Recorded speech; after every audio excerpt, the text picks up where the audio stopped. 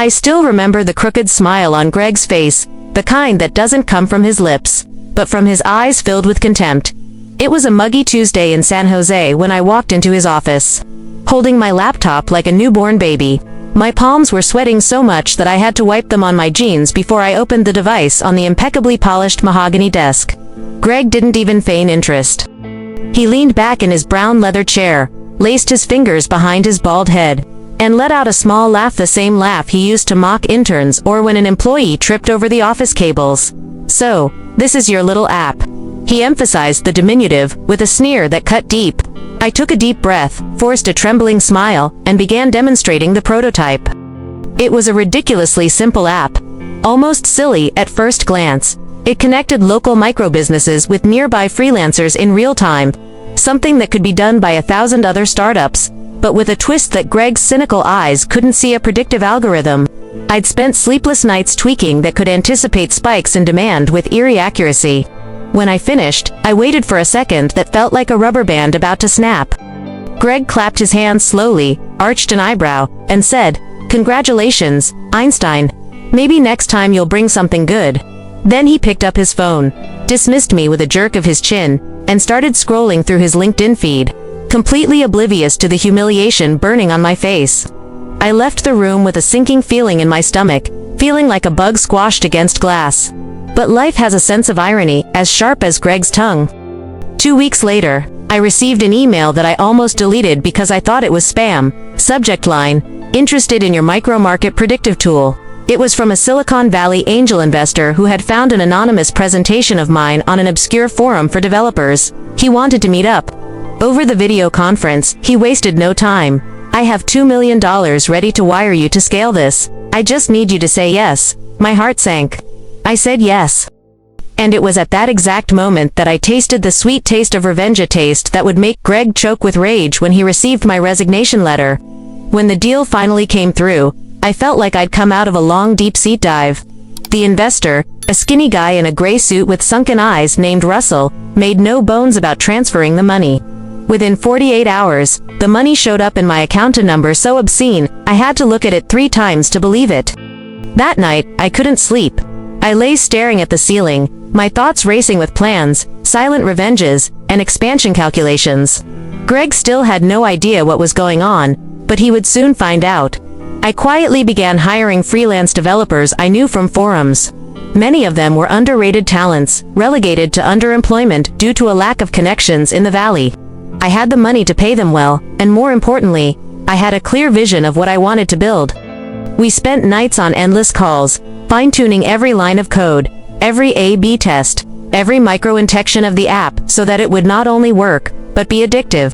The predictive algorithm, my pride and joy, gained additional layers of machine learning that made it almost oracular. Small local businesses that joined the platform saw their revenue jump 40% in a matter of weeks, because they now knew exactly when to hire extra freelancers to meet demand. This created a virtuous cycle. The more they used it, the more data we had, the more the algorithm learned, the more accurate we became. We started going viral in small niches on Reddit, then in Discord groups dedicated to microbusinesses, until the snowball effect put us on the radar of some technology journalists. An article appeared on TechCrunch with the title, "The Obscure App That Is Revolutionizing Microcontracting in the US." That same day, my phone became a hell of notifications. Investors, micro-entrepreneurs, even competitors trying to sound out my software. But I had other plans. The icing on the cake would be to serve my victory cold in Greg's face. I could just send him a photo of my bank statement, but where would be the fun in that? I decided to wait for the right moment for him to feel the bittersweet taste of failure. Continue to the next paragraph. Fate, however, seemed to be working in my favor. 2 weeks after this media frenzy, I got an unexpected call. It was from an old office colleague, Martin, a meek analyst who spent his days reviewing Greg's spreadsheets. He whispered into the phone, as if afraid of being overheard, "Man, Greg is freaking out. Ever since that story came out, he's been locked in his office, banging his head against the wall. Literally. The CEO has been pressing him to explain why they let his prototype go. The board is considering reviewing the entire leadership team." I swallowed the laugh that rose in my throat. I didn't want to give Martin the satisfaction of hearing my explicit delight. I thanked him, hung up, and went for a walk around the neighborhood, breathing in the warm California air with an almost luxurious pleasure. Every step seemed to echo a silent mantra: he who laughs last, laughs best. But I wasn't satisfied with simply savoring Greg's downfall from afar. I decided that I would buy part of the shares of the company where he worked, anonymously through a fund, just so I could be present at the next meeting. When the opportunity arose, I didn't hesitate. My lawyer structured the purchase through a discreet holding company, and a few weeks later, there I was, sitting in a large glass-enclosed conference room, watching Greg present a pathetic report of damages and negative prospects. He was sweating so much that I had to look away to keep from laughing out loud. When they raised the possibility of merging with emerging companies to offset the financial slump, I almost couldn't believe it. They were considering buying startups like mine. The cycle had come full circle in a cruelly perfect way. Continue to the next paragraph. It was at this point that I decided to hammer the final nail into the coffin. In a calculated move, I had my lawyer make an aggressive partnership proposal to the company's board of directors, but included exclusivity clauses so stifling that we knew they couldn't accept it without sacrificing much of Greg's autonomy. The board, cornered by the bleeding red numbers, pressured Greg to relent. Over the next few days, he sent me almost meek emails, trying to renegotiate terms, begging for small concessions that would save him from the inevitable. I responded with surgical coolness, every word worded to make it clear to him that I was now in charge. Finally, on a muggy Friday, we were called in for a final meeting. Greg arrived first, looking haggard, his shoulders hunched like a man carrying more than just financial concerns. When he saw me enter, his eyes widened, as if unable to process the monumental irony of being about to negotiate with the guy he had once scornfully called Einstein. The rest of the meeting was a silent ballet of contracts sliding across the table, pens clinking against glass. At the end, I shook the CEO's hand as Greg watched, livid. It was in that handshake that I felt the ultimate triumph. Not only had I created something worth millions, but I was also slowly twisting the blade, forcing the man who had laughed at my dream to swallow every laugh from the past. Continue to the next paragraph. I left that room with the lightness of someone who has freed themselves from years of underestimation and veiled insults. But my revenge didn't end there. I made a point of taking one last walk around the old floor where I had worked, accompanied by two directors who now treated me like a force to be reckoned with. I passed the cubicle where I had once been crammed, with piles of papers and the stale smell of damp carpet.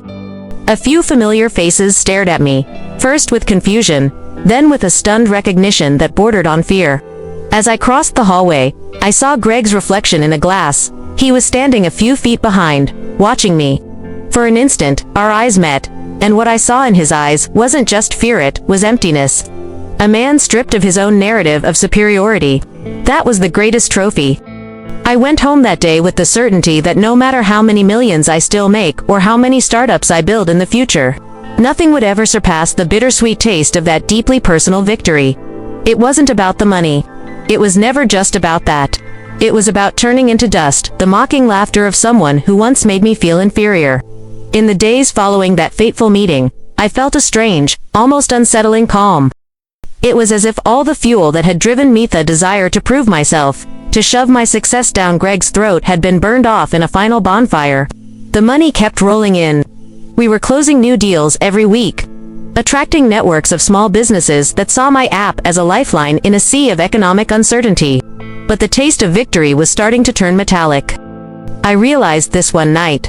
Sitting alone in the luxurious apartment I had rented in downtown San Francisco, staring out the window at the tangle of lights pulsing like living arteries. I felt no joy or euphoria, just a deep, almost physical exhaustion that made me question whether it had all been worth it. Then I got a call. It was Russell, my initial investor, the same one who had once taken a chance on me when no one else saw potential. His voice was dry, with a cold urgency that immediately set off an alarm in my chest. "We have a problem." He didn't have to explain much for me to understand. Greg's company, desperately trying to get back on its feet, had hired lawyers and was preparing an aggressive challenge to alleged intellectual property rights to the original code. The algorithm draft I had submitted while I was still working there. It was a predictable, almost pathetic move, but dangerous enough to put my entire fledgling empire at risk. Continue to the next paragraph. In the days that followed, I was plunged into a whirlwind of legal meetings, consultants, and emails that would drip into the wee hours of the morning with obscure terms that gave me a headache just trying to understand. My lawyers assured me that their thesis was weak, that there was no exclusivity agreement signed that tied the algorithm to that company, that everything I had done since then, the improvements, the scalable architecture, the machine learning was entirely my own work, financed with my own capital. Still, the threat of a massive lawsuit hung over my head like a blade suspended by a thread. The media, smelling blood, began to speculate. Startup that conquered the valley may lose everything in legal dispute. The headlines irritated me deeply because they reduced my entire journey. All the sweat, all the lonely nights to a cheap simplification. But deep down, I felt something close to fear.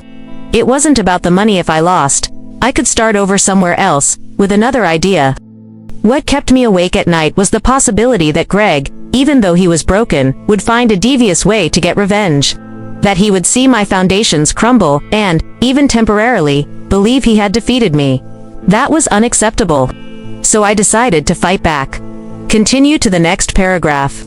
My legal team put together a devastating dossier. They combed through old internal email logs, Slack screenshots, and anecdotal testimony from former colleagues who clearly remembered Greg's disdain for the project when I first brought it to them.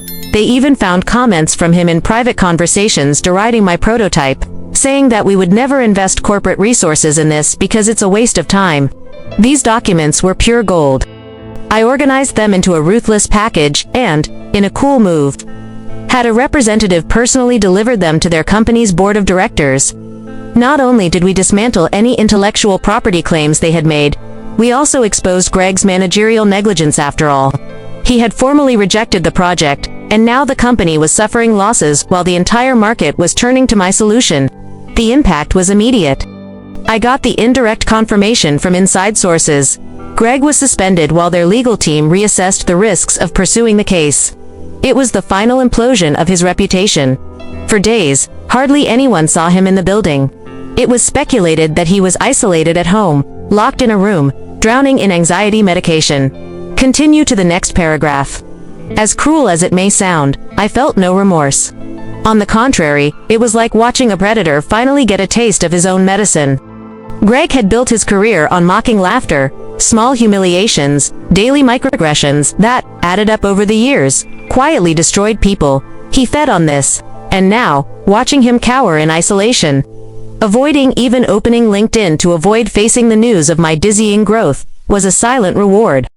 Meanwhile, my app reached a symbolic milestone. More than 1 million microcontracts closed through the platform, generating income for tens of thousands of freelancers who had previously lived in perpetual insecurity.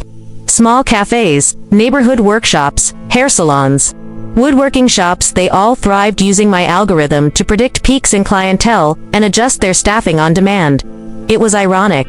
The same project that Greg had labeled a useless little app was now supporting entire families. But my mind, always restless, couldn't stop. I began to think about expanding outside the US, exploring markets in Europe, perhaps Asia. The more successful I was, the further I could push Greg's oblivion to the irrelevant fringes where he always deserved to be. Continue to the next paragraph. It was in this climate of gloomy victory that I agreed to participate in a large conference in Palo Alto, focused on innovation in artificial intelligence applied to local businesses. I was invited to give the closing keynote, a privilege reserved for those at the top of the technology food chain at the time. The day before the event, however, something curious happened. I received an anonymous message on my cell phone. A simple, "You don't know half of what he did." At first, I thought it was a prank, perhaps even Greg himself trying a desperate psychological maneuver. But curiosity got the better of me. I responded with just "Who are you?" And my cell phone was silent for hours, until, in the middle of the night, an email arrived with no identifiable sender, attaching a dossier of internal documents, recordings of confidential meetings and exchanges of messages between Greg and other directors, revealing extremely questionable ethical practices within the old company. Schemes to inflate valuations, hide critical data from investors, and even manipulate layoffs to eliminate dissenting voices. It was an explosive arsenal. Continue to the next paragraph. I handled the material with the delicacy of someone handling nitroglycerin. My first impulse was to go public immediately, to expose to the world the rottenness of the corporate culture that Greg had helped build. But then I realized that I had in my hands a tool far more powerful than mere public destruction. I had an ace up my sleeve that would ensure that no one would ever try to corner me again. I instructed my lawyers to store copies safely while I prepared to use this trump card at the most opportune moment. Fate seemed to conspire to hand me the perfect pieces on the board. And it wasn't long before opportunity knocked. During the conference in Palo Alto, as I was circulating among the CEOs, investors, and academics who had come to congratulate me, I was discreetly approached by a middle-aged man who introduced himself as a senior advisor to the conglomerate that had long ago considered buying my startup. He suggested a lucrative merger, eye-popping numbers, and an equity stake that would put me on a new financial footing. But there was one condition: they would have to review my entire architecture in a veiled way. They wanted unrestricted access to the algorithm, the heart of my business. It was an obvious and tempting bait for any short-sighted, ambitious person, but I wasn't. Continue to the next paragraph. I took a deep breath, listened to each of his arguments, smiled with the politeness I had learned to use as social armor, but inside me there was only cold calculation. If I gave in, I would lose control. I would become just another founder swallowed up by his own creation, at the mercy of the moods of boards and shareholders hungry for quarterly profits. So I politely declined, making it clear that my company was not for sale or subject to mergers at this stage. I saw the flash of disappointment and slight irritation cross the man's eyes, but I didn't care. I hadn't built all this to put it in the hands of others. I left the meeting with a strange lightness, almost amusement. For the first time, there was no Greg lurking around to laugh at me, no CEO ready to ridicule my dreams. I was the sole master of my destiny, and no one else had the power to make me feel small. As I walked back to my hotel that night, I walked slowly through the bright streets of Palo Alto, reflecting on how the corporate world seemed, at its core, like a giant theater of Redditors trying to disguise themselves with well-cut suits and practiced handshakes. I had outdone them all, and I would never let them forget it. The next morning, I woke up with a strange sense of urgency that made me get out of bed before my alarm clock even went off. I took a long, almost ritualistic shower, as if I needed to purge every thought that was eating away at me. When I got out of the shower, I found a notification on my phone from my lawyer. "I need to talk to you urgently. Today." I called him immediately. On the other end, he sounded restrained, but there was a weight in his voice that I couldn't mask.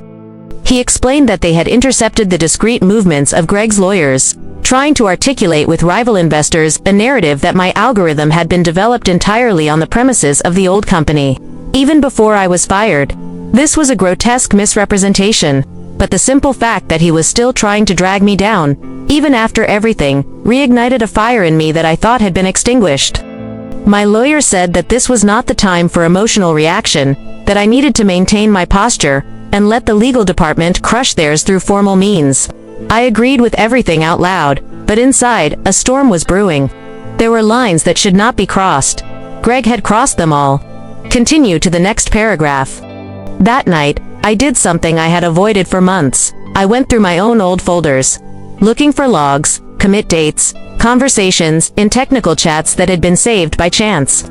Backup logs that proved the evolution of the algorithm outside the company environment. It was almost therapeutic to revisit each stage of my project, remembering the tortuous path I had taken alone. The late nights of reheated coffee and dark circles under my eyes. When I organized everything on a gigantic digital wall, I realized that I had in my hands an irrefutable timeline, a chronological proof that crushed any attempt by Greg to distort the truth. But that was not all. While I was gathering this material, I found an old recording, an audio saved by chance on my cell phone during that fateful meeting in which Greg laughed at my little app. The quality was poor, but his voice sounded clear, full of mockery. If I had to bet, I would say that this thing fails before it reaches the first user. Seriously, don't waste my time with this nonsense anymore. This wasn't just technical evidence, it was the embodiment of his contempt, recorded and archived forever. I took a deep breath, aware of the weight that this little relic would have, not only in court, but in the complete moral destruction of my former boss. Continue to the next paragraph. The next few days were a meticulous ballet of confidential meetings, briefings to my lawyers, and instructions to the communications team. I didn't just want to beat Greg to the icy silence of a plea deal. I wanted to publicly crush his narrative, dismantle every piece of the twisted story he kept spreading through corporate corridors and investor back. When the day finally arrived for the preliminary hearing, I walked into the courtroom with a posture I'd practiced in the mirror for weeks, back straight, face unreadable, striding steadily, betraying no underlying fury. Greg stood there, noticeably thinner, his eyes sunken, his suit looking too big for his wizened shoulders. When our eyes met, I saw not the haughty man who'd once mocked me, but a frail shell trying to hold his pose through sheer inertia. My lawyers presented their evidence with the calmness of someone who knows he's got dynamite in his pocket. Every print, every metadata, every commit line, every audio of his mockery was displayed on huge projections, for everyone in the room to see. His lawyer tried to contest it, but his voice was shaky, as if even he knew they were hopelessly defeated. Continue to the next paragraph. When the hearing ended, Greg almost ran out, head down, ignoring even the lawyer who was trying to give him instructions. I stood for a moment on the courthouse steps, breathing in the fresh air that felt lighter than ever. Then my phone buzzed. A message from Russell, my investor. It's official. They've dropped all charges. There will be no further action. What's more, Greg was fired by the board earlier today. It took a few seconds for the words to sink in through my suit, but when they did, I felt a jolt of electricity run through my body. There was no shouting, no jumping up and down, no loud cheering. Just a deep, almost reverent silence that made me realize how much of a journey I had just made. I got in my car and drove aimlessly for hours on the back roads out of San Jose until the sun began to set. It was only then, watching the orange line swallow the sky, that I realized my revenge was not just against Greg. It was against every person, every boss, every poisonous colleague who ever looked at me and saw only a foolish dreamer, incapable of understanding the depth of my purpose. Continue to the next paragraph. In the months that followed, my company exploded in an almost terrifying way. We formed partnerships with regional networks in the US, then received inquiries from Germany, France, and Japan. We had to open branches to handle the demand and hire dozens of data analysts, developers, and product managers. Each new hire was almost a personal ritual for me. I made a point of interviewing the most promising candidates, not just to test their technical skills but to look for subtle signs of arrogance that might remind me of Greg. I never wanted to let a parasite like him find fertile ground in my empire. Meanwhile, Greg dropped off the corporate radar. Sources told me that he had tried to launch a hedge fund with old contacts. But the stigma of failure and, especially the headlines about the humiliating lawsuit he had lost to Meathead made him radioactive. No one wanted to associate himself with someone whose arrogance had led him to lose millions to a former employee he had publicly ridiculed. Continue to the next paragraph. Then one day, something curious happened. I received a simple email with the subject line, "I'm sorry." It was from Greg. It took me a while to open it, and I almost deleted it without reading it, but my curiosity got the better of me. The text was brief, almost apathetic, as if he himself didn't believe the apology he was writing. He said he had been an idiot, that he had let his arrogance get the better of him, and that he had paid the price. I was trying, timidly, to suggest that perhaps someday we could talk professionally again. I read the message 3 times, feeling a mixture of revulsion and pity. I didn't respond. Not because I wanted to continue nursing a grudge, but because I realized, in that moment, that Greg was no longer relevant enough to deserve any response.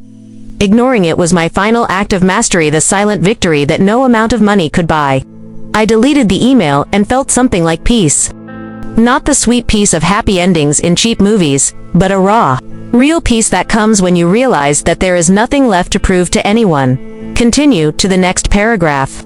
Over the next few years, my life took on dimensions I never would have dared to dream of before. I traveled the world, struck deals that opened entire markets to my platform, helped micro-businesses thrive in towns so small they didn't even show up on Google Maps.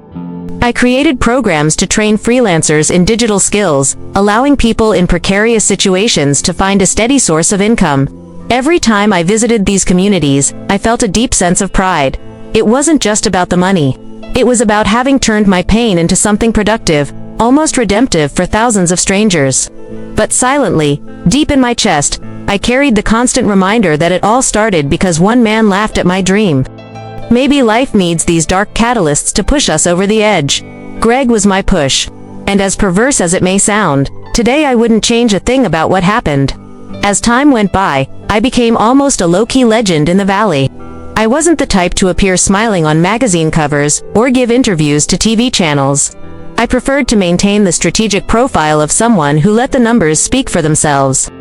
Even so, my name was circulated in high-level meetings, in market reports, in private conversations between venture capital funds. Investors lined up to invest in the next round, even though I didn't need it. I had built a company so solid and self-sustaining that, in theory, I could retire right there, live off the dividends, and disappear from the radar. But there was something inside me that wouldn't allow it. Maybe it was the same restlessness that made me keep working all night long even after I made my first million. Maybe it was Greg's ghost, hovering not as a real threat, but as a constant reminder that other people's mediocrity can ruin lives if you don't confront it forcefully. I started secretly visiting accelerator programs for startups run by young people from marginalized neighborhoods. I would watch timid pitches, embryonic ideas presented by kids who trembled when holding the microphone. And I would almost always see, in their eyes, the same sparkle that once lived in mine, before being trampled by the cynicism of people like Greg. Continue to the next paragraph. It was in one of these incubators that I met Marissa, a 22-year-old programmer with a project that combined blockchain and community microfinance for suburban neighborhoods. Her code was still raw and full of bugs, but the concept had a raw power that immediately reminded me of my own beginnings. I decided to invest there, discreetly, without demanding a majority stake, without wanting to sit in the CEO's chair. I just wanted to make sure that the project wouldn't die due to lack of capital or the laughter of some idiotic manager. Watching her grow was like reliving my own story in miniature, but this time free from the weight of ridicule. I was the silent investor who offered resources and opened doors without imposing the burden of humiliation. Marissa flourished in a dizzying way. Within a year, the MVP had become a working product. Within 2, there were contracts with international NGOs and city governments interested in using the system to boost local economies. And each victory for her was also a victory for me against the kind of culture that Greg represented. It wasn't just about business. It was almost a personal crusade to make sure no other young dreamers have to go through what I went through. Continue to the next paragraph. In the meantime, my own company had reached a point where it was impossible to manage it purely by hand. I had to compromise, create boards, delegate strategic responsibilities, and form operational branches on continents I had never set foot on. But I kept the algorithm, my algorithm locked away under a level of security that would make central banks look like amateurs. The core was distributed on encrypted servers, with multi-party authentication that required validations that only I had. Many thought it was an exaggeration, the typical paranoia of someone who rises too quickly and fears imaginary conspirators. But it wasn't fear. It was simply the certainty that no one, ever, would get their hands on what I represented as the purest and most painful. In the midst of all this, scattered news about Greg still emerged, almost always brought by people who barely contained the tone of gossip. They said he had tried to open a consulting firm, but had failed due to a lack of clients. That he worked on obscure projects for smaller companies, always in the shadows, without ever regaining the prestige of his past. Sometimes, I wondered what was going on in his head when he saw my numbers, my investment rounds, my international agreements printed in reports. Did he finally understand the colossal mistake he had made? Or was his pride still preventing him from accepting reality? Continue to the next paragraph. Late one night, I got a call from an unknown number. Normally, I would have let it go to voicemail, but something made me answer it. The voice on the other end was unrecognizable, hoarse, almost broken. It took him a few seconds to realize it was Greg. He started talking quickly, as if he was afraid of losing his nerve, saying he needed to meet me, that he wanted to explain certain things, to clear the past. The old, wounded part of me almost laughed. He, who had laughed so easily when he had destroyed me on a whim, was now begging for a conversation. But something in his voice didn't just sound pathetic. There was a note of genuine desperation. I agreed, out of pure morbid curiosity, to meet at a discreet cafe, far from the financial district, where no one would recognize either of us. When he arrived, it was a shock. The man who sat across from me looked like a shadow of the Greg I had known, thinner, his eyes sunken in a lifeless gray, his hands shaking slightly as he held his cup. For minutes, he just stared at his coffee, breathing deeply, unable to look me in the eye. Continue to the next paragraph. When he finally spoke, it came out almost like a stifled sob. He said he had lost everything. His wife had left him, his friends avoided him, the market despised him. He said he was always in debt, bogged down by loans he had taken out to keep his cool while his companies went under one by one. But that wasn't what had me pinned to my chair. It was when he confessed that at the time he had ridiculed my prototype, he himself had been desperate, on the verge of being fired for not delivering new results. He admitted that he saw me as a threat, a young man with better ideas than his, with energy he no longer had. So he chose to crush me before I could blossom. Each word was like acid running through my gut. I felt no pity. I felt no joy. It was just absolute emptiness. Greg ended by saying that he knew he didn't deserve anything, but that he needed to apologize. He asked, literally begged, for me to say something that would ease his pain. I remained silent for long seconds, watching the broken man before me. So I got up, left enough money on the table to cover both bills, and left without saying a word. Outside, I breathed in the cool night air with an almost lethargic calm. Some people never change and some wounds never heal. They just stop bleeding. Continue to the next paragraph. In the months that followed, the scene at that coffee table would haunt me in my dreams, uncomfortably. Sometimes I would see him crying, sometimes calling me names he had never used in the past. But when I woke up, the only certainty I had was that my story could not have been written any other way.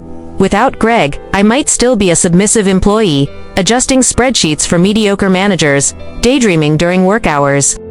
He was the trigger for my breakup, the fuel for my stubbornness. Not because he was a genius or a strategist, quite the opposite. His contempt pushed me down a path where there was no room for complacency. Without him, there would be no predictive algorithms that transformed entire neighborhoods. No freelancers discovering new futures. No small bakeries tripling their revenues by finally understanding the exact flow of customers. Sometimes the world needs petty tyrants to forge silent warriors. That was the bitter philosophy I now carried, invisibly tattooed under my skin. Continue to the next paragraph. Years later, sitting in an auditorium in Berlin, watching Marissa take the stage to accept a European award for social innovation, I felt an unexpected jolt of emotion. She had dedicated the award to investors who believe in people before numbers, and she gave me a quick, knowing look. It was then that I realized, with a clarity that almost hurt, that my true revenge on Greg had never been to publicly humiliate him or watch him wither away. My greatest victory had been to become the exact opposite of him, someone who planted futures instead of crushing hopes. I left that event feeling lighthearted, almost numb. I walked aimlessly through the ancient streets, the sound of my footsteps echoing on the uneven cobblestones, feeling for the first time that perhaps I was ready to finally let the past rest where it belonged, buried without the need for constant exhumation. But even so, in some dark corner of my mind, there was still a flicker of warning, a cruel reminder that the world is full of new Gregs, ready to belittle the dreams of others. And that was what kept me vigilant, always ready to fight again if I needed to. Returning to the United States after that long stint in Europe was like revisiting an old, faded nightmare. The sunny streets of San Francisco, the mirrored buildings that reflected an almost arrogant optimism, all seemed at once familiar and distant. Like a set built for another man, in another time. At the airport, security guards and drivers treated me with the automatic deference reserved for executives who no longer carry suitcases, but that meant nothing to me. I still remembered very well when I would walk through those same terminals carrying a battered backpack, a laptop full of sleep debts and lines of code that could lead nowhere. Now, watching the way everyone moved around me, I realized that I had become invisible in a different way. Before, I had been invisible by insignificance. Now, by distance. Few dared to approach me directly, perhaps fearing the weight of my reputation. And that, strangely, was a victory as bitter as it was sweet. Continue to the next paragraph. When I returned to the main office, I found expanded rooms, luxurious reception areas, digital dashboards showing real-time metrics that seemed like endless growth competitions. There were entire departments that I no longer recognized. New directors, whom I had only known through quarterly reports, greeted me with excessive enthusiasm. Lingering handshakes and glances trying to decipher what the visionary founder was thinking. I feigned interest, asked formal questions, but inside all I could think about was how fragile it all was. One slip-up, one miscalculation, one wrong investment, and the whole tower could shake like soggy cardboard. Maybe it was my battle-addled brain, accustomed to operating on the edge of a precipice. Feeling stable sounded almost boring. I wasn't used to calm, and that scared me. I preferred the silent war, the late nights programming in the midst of caffeine crises, the spreadsheets that had to save my own immediate survival. Now, with dozens of executives ensuring that everything worked, I felt almost dispensable. Continue to the next paragraph. In an attempt to reconnect with the core of what I had built, I began making surprise visits to small clients. I would visit bakeries that used my app to forecast demand for fresh bread, florists that adjusted the number of arrangements based on the insights my algorithm spit out daily. I saw genuinely grateful faces. Heard stories of people who had paid for their children's college tuition thanks to the slight but steady increase in profits provided by this magic numbers gadget. As one woman called it, "It brought me back, reminded me why I had endured so much humiliation in the beginning." But it also made me confront an uncomfortable fact. If Greg had not existed, if he had not spat his venomous laugh in my face years ago, I might not have had the anger to make all this happen. It was a repulsive paradox. The man who tried to kill my dream was, unwittingly, the catalyst for my quiet revolution. And as much as it tortured me, there was no denying it. Continue to the next paragraph. That night, as I drove home in a dark car, I stared out the window at the succession of traffic lights and thought about how my life had become a sequence of goals achieved and enemies neutralized. I no longer had rivals. There were no new Gregs bold enough to try to bring me down. This should have given me peace, but it only left me with an anxious emptiness, a void of purpose. I wondered if, on some deep level, I needed adversaries to continue existing. It was a perverse, almost masochistic thought, but impossible to ignore. It was in this mood of morbid reflection that my cell phone vibrated. It was an encrypted message from my personal attorney, who rarely wrote to me outside of business hours. I opened it with my heart racing. The text was straightforward. "I thought you might like to know. Greg passed away last night. Massive heart attack. No family members with him." Continue to the next paragraph. I stood there, staring at my illuminated cell phone in the darkness of the car, unable to formulate any immediate reaction. I felt no relief. I felt no sadness. It was just a dull thud, as if a door had slammed in some distant corridor of my mind. Greg, the man who had been my tormentor and unwittingly my creator, was no more. There would be no more glances across corporate corridors, no more foolish attempts from him to regain some prestige, no more pathetic messages asking for reconciliation talks. He simply ceased to be. The driver asked if everything was okay. I murmured yes, but inside me an old part seemed to loosen and sink, carried by invisible currents. There was no one left to witness my final victory. And without that gaze from the enemy, my triumph seemed to lose some of its flavor, like an exquisite dish served in an empty room. Continue to the next paragraph. In the days that followed, I confess that I found myself stalking Greg's old profiles on professional networks. Some had been deleted. Others were abandoned, like little digital tombstones showing remnants of the man who had once disdained me. I saw old posts of him bragging about contracts, talks he had given at smaller conferences, cliches about leadership and innovation. I almost felt sorry for how empty it all sounded now. It was as if all the pomp had evaporated, leaving only echoes of a hubris that the world no longer bought. I slammed my laptop shut, hating myself a little for wasting energy reviving a ghost that could no longer haunt me. But the truth is that Greg had become so deeply embedded in my trajectory that his absence left a strange hole. As if the universe had lifted a weight without asking if I was ready to let it go. Continue to the next paragraph. I started traveling compulsively, almost as an escape. I spent months traveling around Japan, then I moved on to Singapore, Germany, and small Balkan countries where my new partnerships were starting to blossom. I visited incubators, tested prototypes, and talked to local entrepreneurs about microcredit predictive AI and the expansion of microeconomies.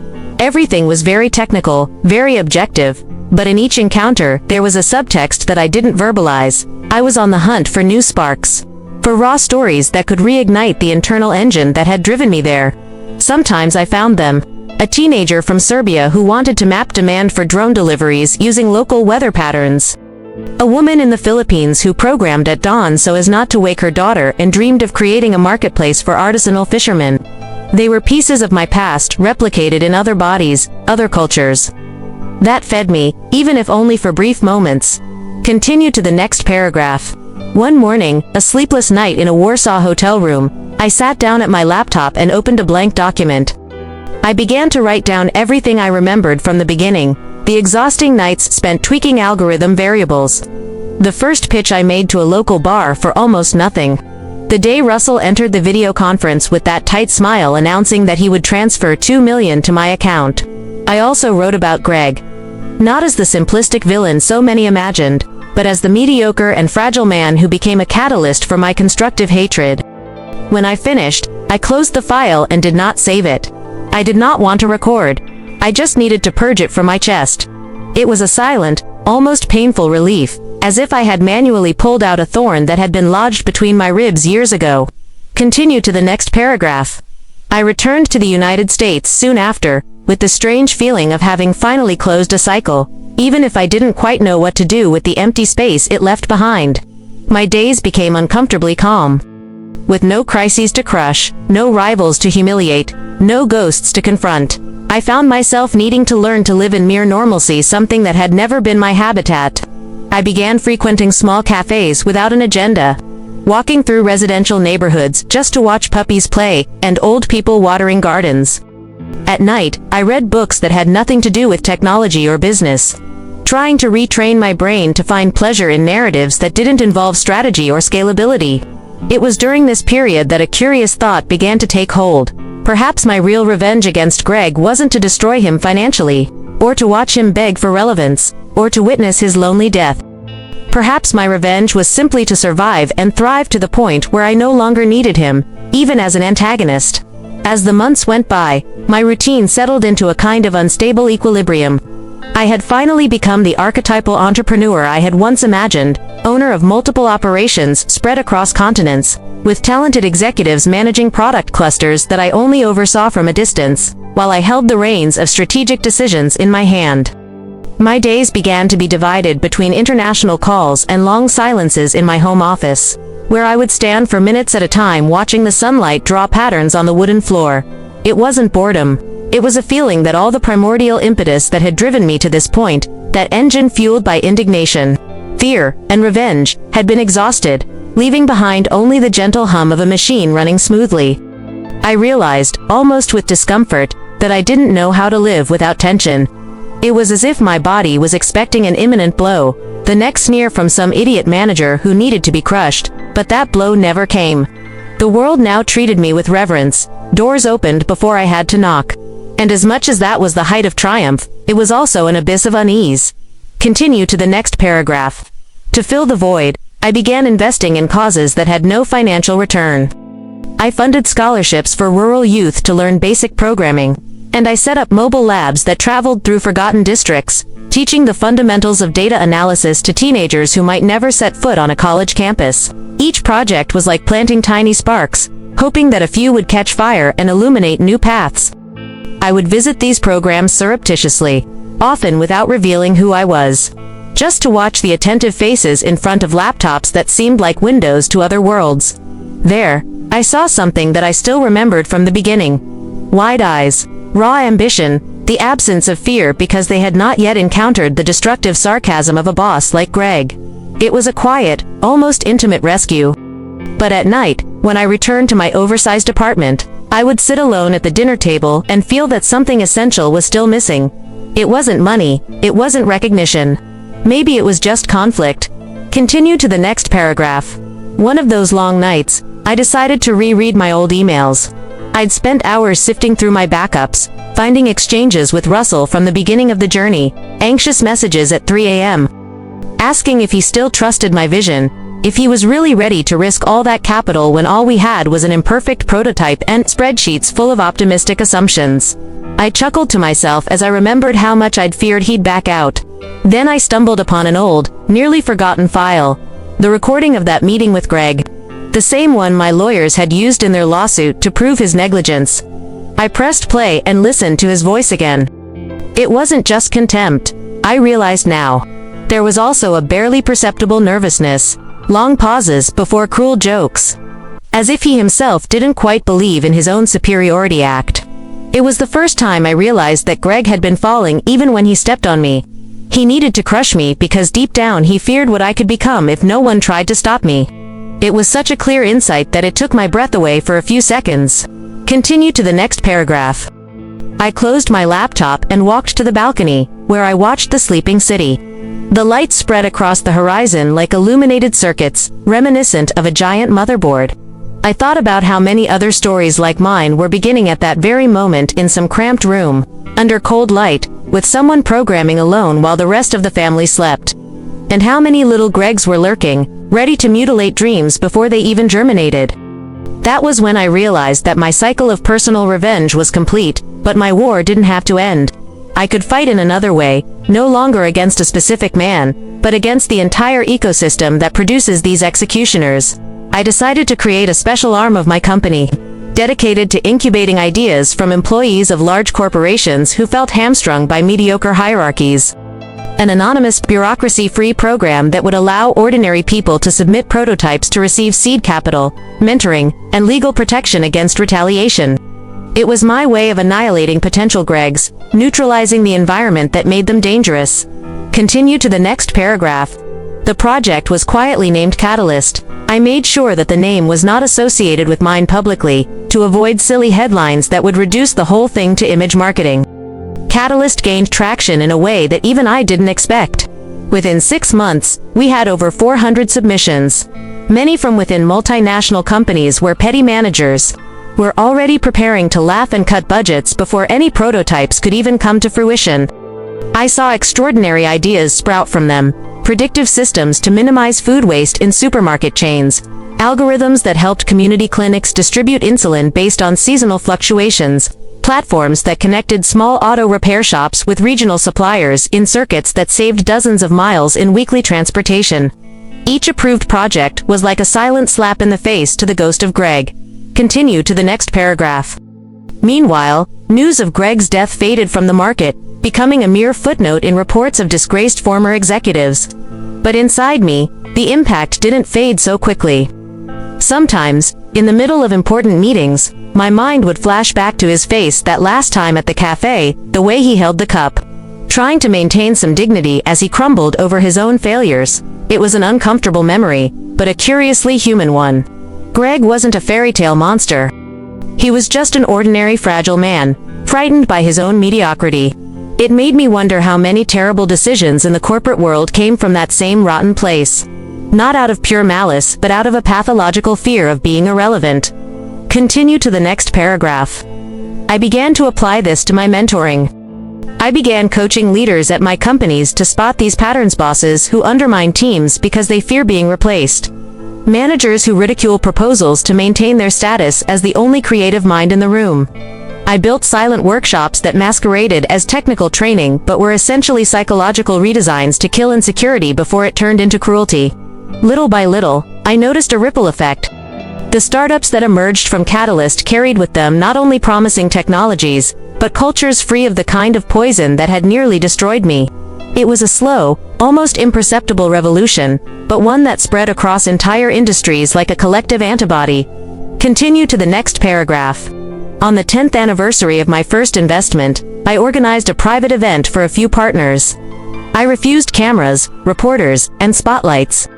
I wanted something intimate, almost a private ceremony to close that chapter of my life. When I went up on the improvised stage to thank those who had walked with me from the beginning, I felt something rare. An emotion so raw that I had to pause and take a deep breath so as not to choke up. I looked at Russell, sitting in the front row. The man who had the courage to transfer me to million based only on a poorly finished pitch and the frantic energy of an exhausted programmer. Then I looked at Marissa, now leading her own foundation, which gave back to communities what she had earned through the platform we built together. I saw dozens of other faces, each with stories that, directly or indirectly, had sprung from the day my boss laughed at me. Continue to the next paragraph. I ended my short speech by saying something that surprised even myself. I said that perhaps the greatest gift of my life was not my success, but the fact that I had been humiliated early enough for it to mold me into iron. I said that I no longer held grudges. Because grudges require space in the chest, and my chest was now too busy with other battles. There was silence for a second that seemed too long, and then came the applause. Not wild but respectful, almost reverent. I stepped off the stage with a weight lifted from my shoulders that I had not known I still carried. For the first time, I felt that I no longer needed revenge. Not because I had forgiven Greg, had not forgiven him, and I did not want to, but because he no longer meant anything. And that, paradoxically, was the greatest victory possible. After that night of the private event, something inside me changed so quietly that it took me weeks to notice. There was no dramatic snap, no cinematic epiphanies. It was just a gradual relief. As if a constant pressure that had been squeezing my chest for years began to dissipate without warning. I began to sleep better, my sleep finally deep, without disturbing dreams or nocturnal revisiting of old humiliations. I would wake up in the dark, but without the knot of anxiety in my throat that always pushed me out of bed as if there were invisible fires to be fought. I would walk through the silent house before sunrise, hearing only my footsteps on the cold floor, experiencing for the first time what could be called genuine peace. And the curious thing was that this did not come from some gesture of conscious forgiveness or forced catharsis. It came from the simple fact of having lived long enough to displace Greg, and everything he represented, to an irrelevant corner of my story. Continue to the next paragraph. Catalyst flourished at such an organic pace that I didn't even have to try to scale it. Invitations came to speak at universities and to open fronts in countries where the precariousness of work made my proposal almost an act of salvation. I continued to refuse most of the spotlight. I preferred to move behind the scenes, maintaining my almost mythical image, fueled by rumors and the few records that existed of me at strategic events. This gave my name even more weight in the corporate corridors. The enigmatic founder who started with an app, despised by arrogant bosses, and built an empire that no one dared to underestimate. This myth worked for me better than any marketing department could. Meanwhile, I used the extra time to delve deeper into causes that I had previously only funded with money. I personally participated in social hackathons, sat on the floor of improvised rooms with young people learning programming logic, watched boys and girls invent algorithms to predict local grocery store stocks with a gleam in their eyes that only those who are hungry for the future display. That's where I still found meaning. Continue to the next paragraph. One day, on one of these trips to follow projects in the outskirts of the southern United States, I met Caleb, a 16-year-old boy who was developing a rudimentary system to optimize produce delivery routes in his community. The code was almost naive, full of hacks, but the logical structure was surprisingly robust for someone who had never had access to formal advanced training. I spent hours with him fixing small flaws, explaining concepts that I had learned the hard way, often by consulting obscure forums at 3 in the morning. When we were done, he looked at me with a mixture of gratitude and reverence that almost embarrassed me. He didn't care who I was in the financial market or in startup reports. To him, I was just the guy who had paid attention and taken his dreams seriously.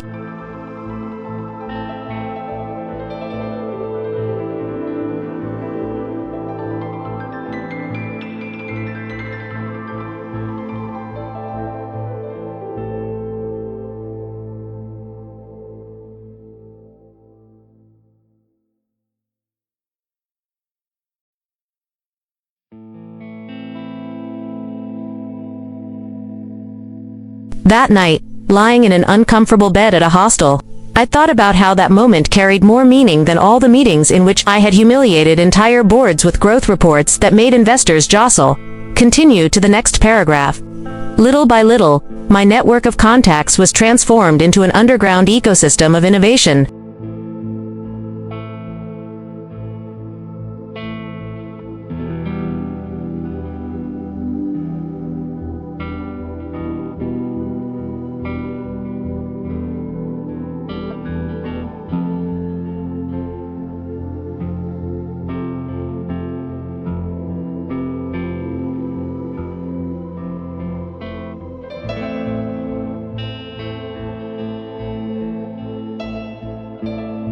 Small entrepreneurs, anonymous programmers, and local micro-entrepreneurs connected indirectly through the platforms I financed, exchanging experiences, data, and insights, often without knowing that the invisible link that united all of that was the same man who had once walked out of a presumptuous boss's office humiliated.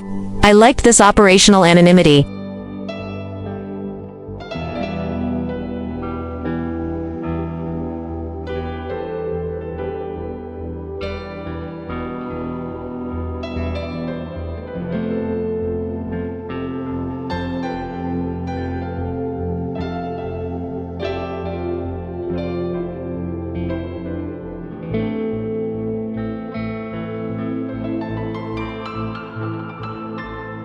I could walk through the trade shows that were organized around Catalyst solutions without anyone recognizing me. Observing the tangible results of an algorithm that had been born in a cramped room while I drank cold coffee and listened to laughter in the background. In silence, I would leave with my chest warmed by a feeling that was not vain pride, but something deeper, a kind of historical justice.